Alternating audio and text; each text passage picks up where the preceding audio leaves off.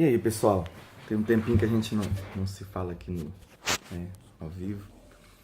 E tá acontecendo algumas coisas, né? E eu tenho acompanhado as redes sociais, eu tenho visto a dificuldade do pessoal em entender, né?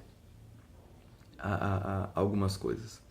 Pra gente, né? Eu quero falar um pouquinho para quem é crente, para quem se diz evangélico ou protestante ou cristão, católico.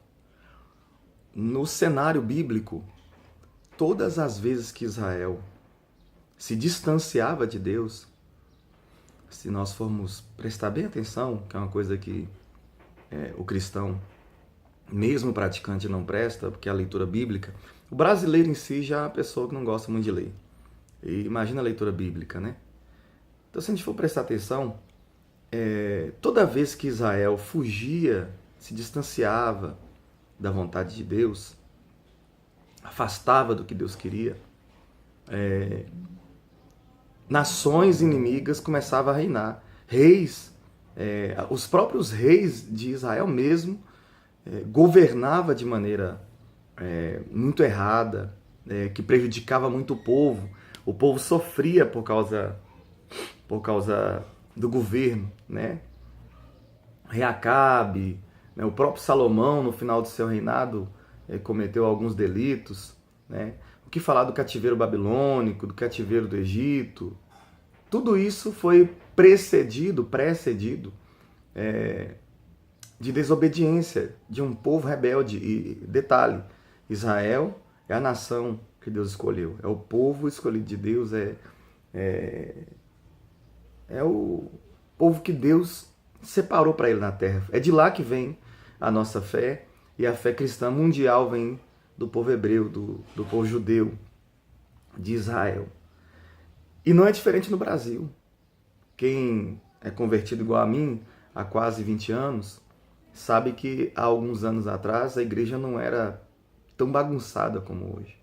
A igreja não era tão promíscua. A igreja não era tão longe de Deus e perto de qualquer coisa.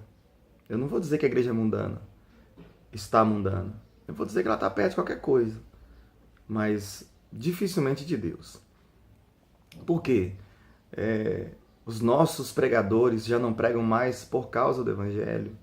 Hoje em dia, o pastor abre uma igreja para não trabalhar, para não ter um serviço fixo, né?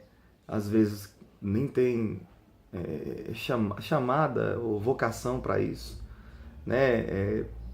Um camarada que acabou de sair da lama do pecado e aí pega métodos porque sabe gritar, sabe convencer as pessoas. Hoje em dia, sucesso de uma campanha é a entrada de votos e não a quantidade de membros alcançados. Hoje em dia, um camarada vai numa cidade 400 quilômetros longe da dele, faz um culto, faz o chamado apelo, e aí vem 40 pessoas lá, e ele volta e posta foto no Facebook falando que ganhou 40 almas para Jesus, sem saber que dessas 40 aí, provavelmente nem 15 vão ficar firmes, porque há muitas coisas a serem feitas após o apelo, né? Há muitas coisas. Então, a igreja está literalmente muito estranha, né? Homens que deveriam ser de Deus, odiando uns aos outros. Meu Deus, eu não vou nem usar aqui para poder falar algumas coisas, porque eu posso até prejudicar a fé de pessoas mais fracas. Mas o ódio na liderança, a competição na liderança, a ostentação que se transformou está no Evangelho. Inclusive os testemunhos, todos eles são de ostentação. Deus me deu, Deus fez. Então é óbvio que não adianta lutar contra o inimigo, não adianta lutar. Eu sei que tem gente que vai escandalizar, tem gente aí, tem pessoas, líderes, pastores, membros acostumados com o sistema, vão me crucificar quando assistir esse vídeo. Mas não adianta lutar contra o inimigo.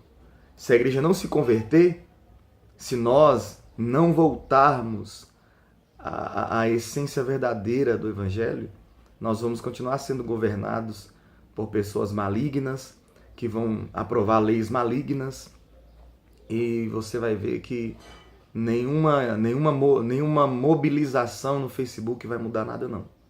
Eu também nasci, já tive 3 anos, já tive 3 meses, hoje eu tenho mais de 30 e graças a Deus por isso. Mas não significa que o meu grito no Facebook vai mudar. A minha conversão vai mudar. O Brasil só vai ter o cuidado de Deus quando a igreja voltar a agradar o Senhor. E eu vou te dizer, a igreja de hoje tá feia.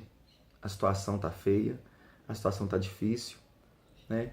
Então eu queria muito que você assistisse esse vídeo, compartilha se quiser, mas eu queria muito que alguém ouvisse isso para tentar abrir a mente de alguém.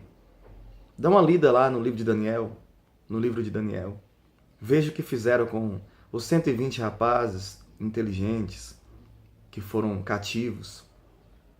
Dá uma olhada nos cativeiros. Por que o povo de Deus foi cativo? Dá uma olhada nos governos ruins de Israel. Lê a Bíblia.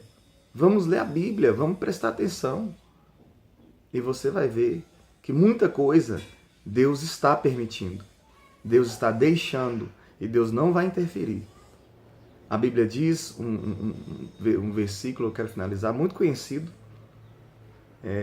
que muitas pessoas usam, mas poucas pessoas sabem como é que eu posso dizer? Sabe o contexto desse texto.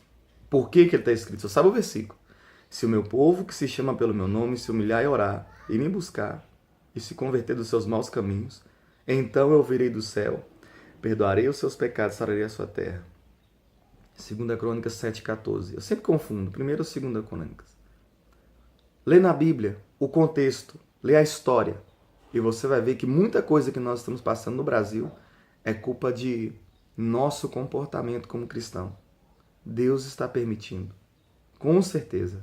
Se não houver conversão, a luta não será ganha.